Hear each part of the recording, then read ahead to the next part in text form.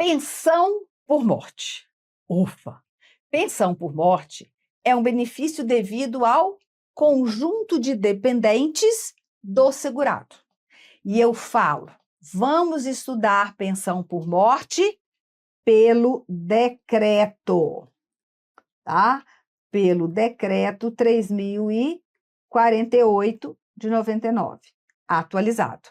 Sim, não vai nem ter a curiosidade de pegar os artigos da Lei 8.213, porque está sujeita a confundir e vai errar. E por que eu digo pelo decreto 3.048? Porque com a reforma previdenciária de 2019, a pensão por morte, ela sofreu muitas modificações, quanto ao valor, quanto à possibilidade ou não de reverter a cota daquele que deixa de ser dependente. Tem possibilidade de haver redução com acúmulo de alguns benefícios. Então, veja, estudar a pensão por morte pelo decreto, certo? Vamos lá. Péricles, que era segurado facultativo do regime geral de previdência social, morreu em 2/2 de 2023, vítima de acidente de trânsito. Penha, mãe de Péricles, habilitou-se 60 dias após a morte de seu filho para o recebimento de pensão por morte. Marcela, sua companheira, desde 2020, requereu o mesmo benefício, 100 dias após o falecimento de Péricles. No que se refere a essa situação hipotética, julgue os itens seguintes sobre o benefício pensão por morte. Olha, aqui eu tenho um segurado que falece. Ponto. Morte de segurado leva à instituição de pensão por morte aos seus dependentes. E aqui eu tenho dois habilitados, que se habilitam, na verdade. A mãe e a esposa. Né? Vamos ver o que vai acontecer aqui.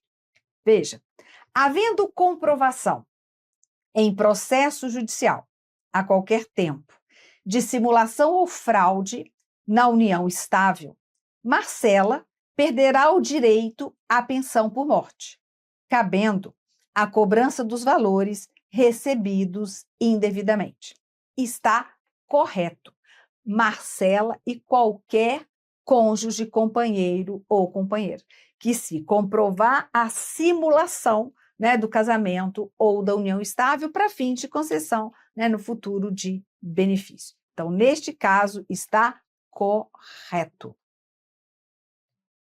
E aqui, importante chamar a sua atenção. Havendo comprovação em processo judicial. A fraude não pode ser comprovada pelo processo administrativo, tá certo? Então, cuidado aí. Mais uma. A legislação aplicada à concessão do benefício de pensão por morte é aquela em vigor na data do requerimento do dependente, independentemente da data de óbito de Péricles. Bem, então, a concessão, ela passa sempre a partir da data do requerimento, independentemente da data do óbito de Péricles. Bem, aqui, o que acontece? Está errado, porque vai depender se vai ser devida a partir do óbito ou da data do requerimento. Para os filhos menores de 16 anos, se requererem em até 180 dias do falecimento, têm direito de receber desde o óbito. Mas não é o caso aqui. Eu tenho uma mãe e uma esposa brigando pela pensão. Os demais dependentes recebem a partir da data do óbito, se houver o requerimento em até 90 dias do óbito. Passado esse prazo, a partir da data do requerimento. Então, aqui eu tenho, olha, é a legislação aplicada à concessão do benefício de pensão por morte, é aquela em vigor na data do requerimento do dependente, independentemente da data de óbito de Péricles. Olha, a legislação que vou aplicar na pensão por morte, coloca aí, é a vigente na data do óbito. Do óbito. Exemplo. Fulano faleceu em 2018. Tá? Só em 2020 é que um dependente lá ele percebeu que ele teria direito. Tá. Ele vai ingressar com o pedido da pensão por morte. Qual é a legislação que nós vamos aplicar? Porque 2020 já teve reforma. A legislação vigente em 2018, quando, né, o segurado faleceu, ou a legislação na data do requerimento, que é de 2020. Legislação vigente na data do fato gerador, na data do óbito. Então, aqui, olha, a legislação aplicada independentemente da data do óbito e aquela em vigor na data do requerimento está errado, tá? É aqui se aplica o que a gente fala do princípio tempus rege actum. Tempus rege actum. Por quê? Porque nesse caso, né, o tempo naquela data do fato gerador que vai ter a legislação aplicável. Então, o que eu quero aqui? Errado. Pode conferir aí para vocês. E aí, seguindo, ainda que comprove a qualidade de dependente na categoria de companheira de Péricles, Marcela não terá direito ao benefício, uma vez que não fez o requerimento em até 90 dias da data do óbito. Olha, certo ou errado? Na verdade, está errado. O direito ao benefício ela tem sim, né? Comprovada a sua condição de companheira. Mesmo que ela vá requerer daí a 2 anos. O fato é que, se ela ultrapassa 90 dias da data do óbito, ela vai ter direito à pensão devida a partir da data do requerimento. Agora, dizer que ela, comprovada a condição de companheira, não terá direito à pensão, errado. Então, aqui eu posso marcar e você conferir que está absolutamente errado, né? Seguindo. Ainda com relação ao benefício pensão por morte, julgue os itens subsecutivos. Vamos lá. Atendidos os critérios discriminados na legislação previdenciária, a pensão por morte será devida ao conjunto dos dependentes do segurado do regime geral de previdência social que falecer, aposentado ou não. Então, veja. Atendidos os critérios, então não precisa se preocupar. A pensão por morte será devida ao conjunto dos dependentes do segurado do regime geral, certo? Que falecer, óbvio, né? Pensão por morte, eu tenho como fato gerador o óbito ou a morte presumida. Seja o segurado aposentado ou não, correto. Então, aqui eu posso marcar, graças a Deus achamos uma correta, né? Eu posso marcar certo. Seguindo, a concessão de pensão por morte é protelada pela falta de habilitação de outro possível dependente e qualquer habilitação que importe em exclusão ou inclusão de dependente produzirá efeito a contar da data do óbito. Gente, não precisa, né? Não precisa o quê? Esperar todos os dependentes para se habilitarem. Não. Então, aqui já está errado, tá? E agora, qualquer inclusão que importe, né, qualquer habilitação que importe exclusão ou inclusão de dependente, produzirá efeitos a contar, né, da data da habilitação, certo? Então, aqui eu posso colocar errado. E seguindo, parabéns, Edenildo, vamos a uma questão, né, pouco maior, e aí tem que ser rápido para marcar as palavras-chave. Tarsila, enfermeira, faleceu em 10/12/2022, deixando uma companheira com quem mantinha união estável desde 10 de setembro de 2021. Olha só, eu tenho aqui uma companheira que tem mais ou menos de 2 anos de união estável. Menos de 2 anos de união estável. Tem um filho adotivo, menor de idade e com deficiência intelectual grave. E um menor de idade sob sua guarda. Bem, ao tempo do falecimento, Tarsila exercia 3 atividades profissionais. Mantinha um vínculo de emprego de enfermeira em clínica particular desde 2005. Prestava por conta própria serviços de enfermagem em residência de clientes idosos acamados desde 2010 e mantinha um vínculo de emprego público federal na área de saúde desde 2021. Por que eu dei um gritinho? Emprego público. Emprego público é regime geral de previdência social.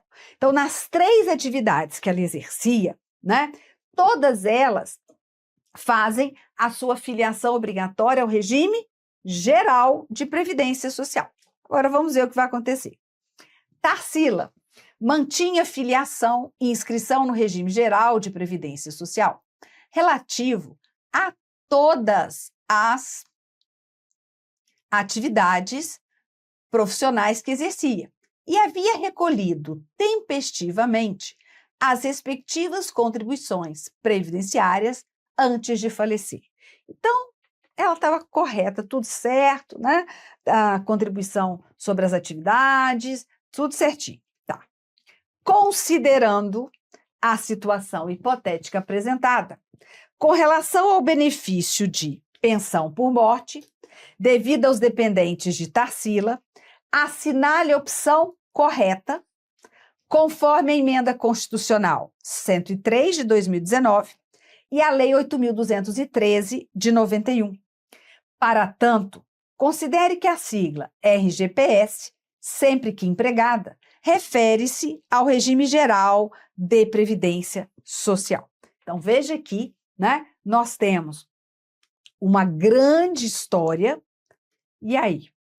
Vamos marcar a opção correta. Letra A.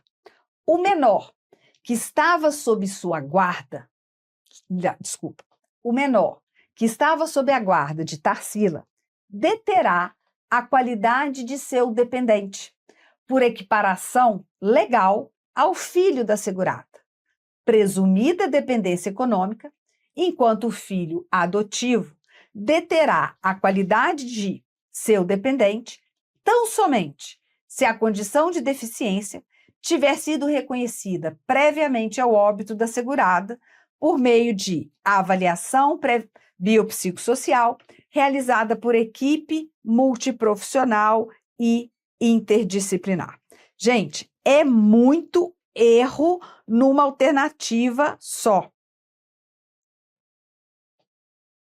Muito erro numa alternativa só. O que acontece? Olha só, já começa com o quê? Com o menor sob guarda, né? Pela legislação previdenciária, o menor sob guarda não tem guarida, ele não é dependente. Então, ele não detém a qualidade de dependente. Ainda que você pudesse colocar o menor sob guarda como dependente do segurado, ele deveria comprovar dependência econômica. Então, aqui, de qualquer jeito, né, estaria errada a presunção de dependência. Agora, veja, o filho adotivo deterá a qualidade de seu dependente. Sim, é filho, de qualquer condição. Tão somente se a condição de deficiência tiver sido reconhecida previamente ao óbito da segurada, por meio de avaliação biopsicossocial realizada por equipe multiprofissional e interdisciplinar. Veja, aqui, a lei, depois da reforma da Previdência, a emenda constitucional e o próprio decreto, né, regulamentando, permite que, na condição de dependente ou na condição de dependente com deficiência, que isso possa ser reconhecido, tanto a invalidez quanto a deficiência, mas na condição de pessoa com deficiência, que é o caso aqui, pode ter o reconhecimento dessa condição antes do óbito do segurado, mas não é condição necessária para a concessão da pensão por morte.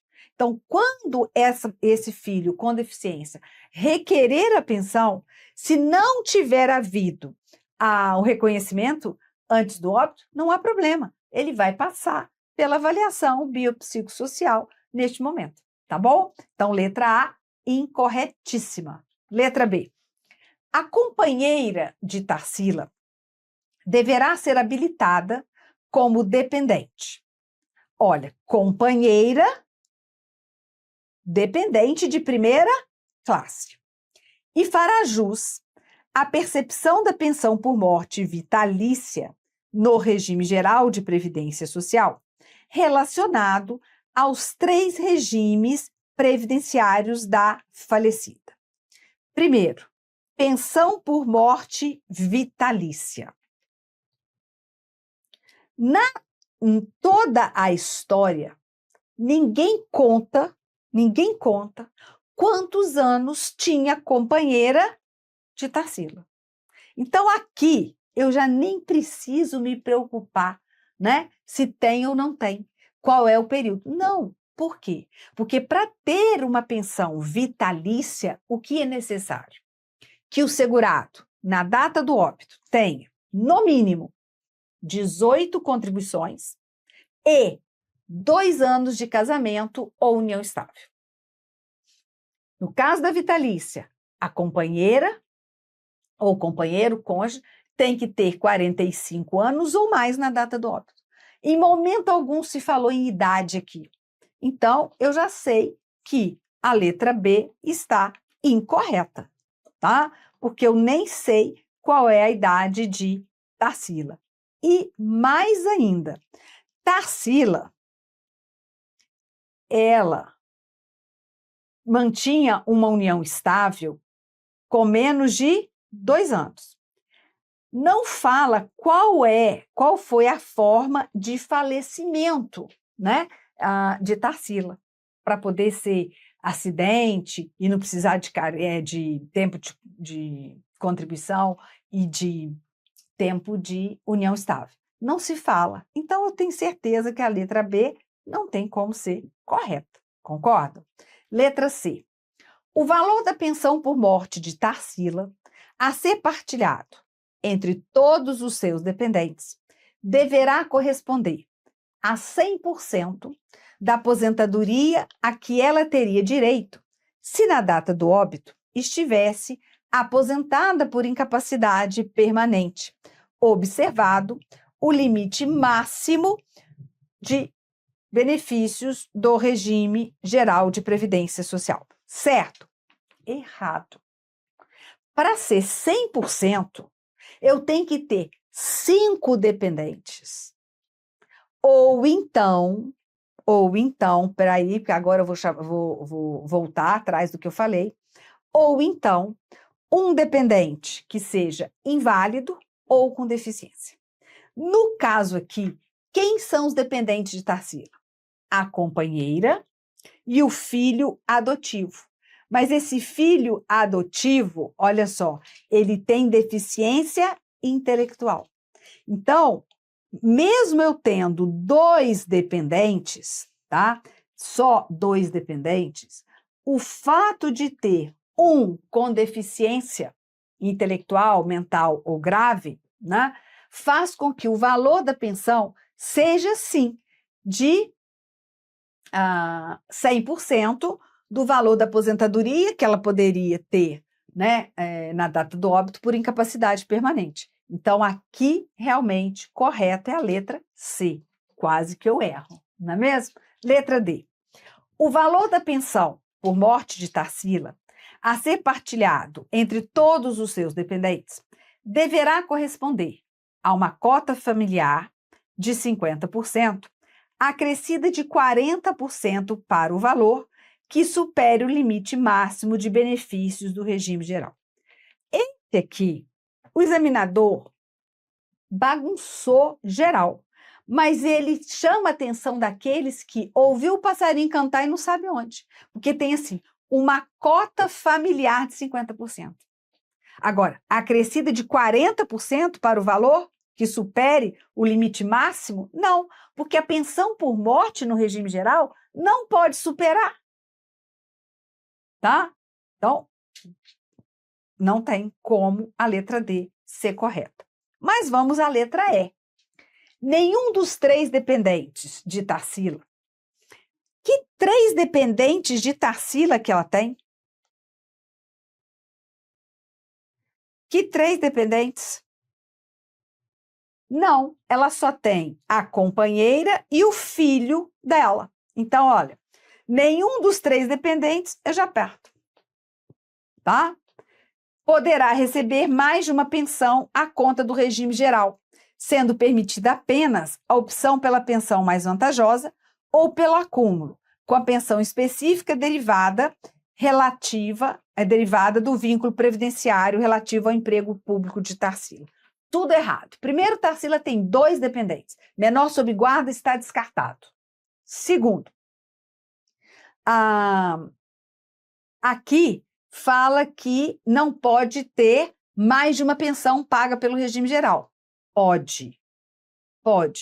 Não pode ter mais de uma pensão paga pelo regime geral quando for pensão deixada por cônjuge, companheiro ou companheira, optando pela mais vantajosa. Mas uma criança que perde os pais, ambos eram segurados, ela terá direito à pensão por morte, acumulando pensão por morte deixada pelo pai e pela mãe. Então, aqui dizer que, independentemente, né, do vínculo, não pode ter mais de uma pensão do regime geral. Também já está errado. E ainda pior, porque leva o candidato a pensar que vínculo previdenciário relativo a emprego público é de outro regime previdenciário. Não. Empregado público é do regime geral de previdência social. Então, a certa é a letra D, C, de casa, né? De casa ou de concurso. Bom, seguindo, no que diz respeito ao plano de benefícios da Previdência Social, julgue os itens a seguir. Veja lá. Não faz jus à pensão por morte o pretenso beneficiário que tenha sido condenado criminalmente por sentença transitada em julgado pela prática de crime que tenha dolosamente causado a morte do segurado. O que eu ponho aí? Eu coloco correto. Olha, o beneficiário dependente que vai ser condenado, né, criminalmente por sentença transitada em julgado por crime doloso, homicídio doloso, ele perde o direito à pensão por morte. Ele não tem direito à pensão por morte. Portanto, nesse caso aqui está correto. Ele foi condenado pela prática de crime. Então, ele foi condenado como autor. Mas, se fosse também como coautor ou partícipe, daria na mesma. não teria direito à pensão por morte. Portanto, pode marcar aí e ver certo. Vamos lá? É constitucional o reconhecimento do direito previdenciário à pensão por morte para a pessoa que tenha mantido, durante longo período e com aparência familiar, união com pessoa casada, porquanto o concubinato se equipara, para fins de proteção estatal, às uniões afetivas resultantes do casamento e da união estável. Olha, essa daqui, né? Vocês todos que foram meus alunos, já desde aquela época, já saberia marcar. É inconstitucional. Pode colocar aqui errado. O Supremo Tribunal Federal, em 2 temas com repercussão geral, decide que não há direito à pensão por morte no caso do concubinato. No caso de haver efetivamente um casamento ou uma união estável e uma outra relação, ainda se mesmo com aparência de união familiar, tá? Então, nesse caso, não é constitucional. Quem quiser, dependendo do seu concurso, anotar os temas, né, do STF, são os temas, deixa eu colocar aqui para vocês, 526 e 529 do STF. Tá bom? Vamos, então.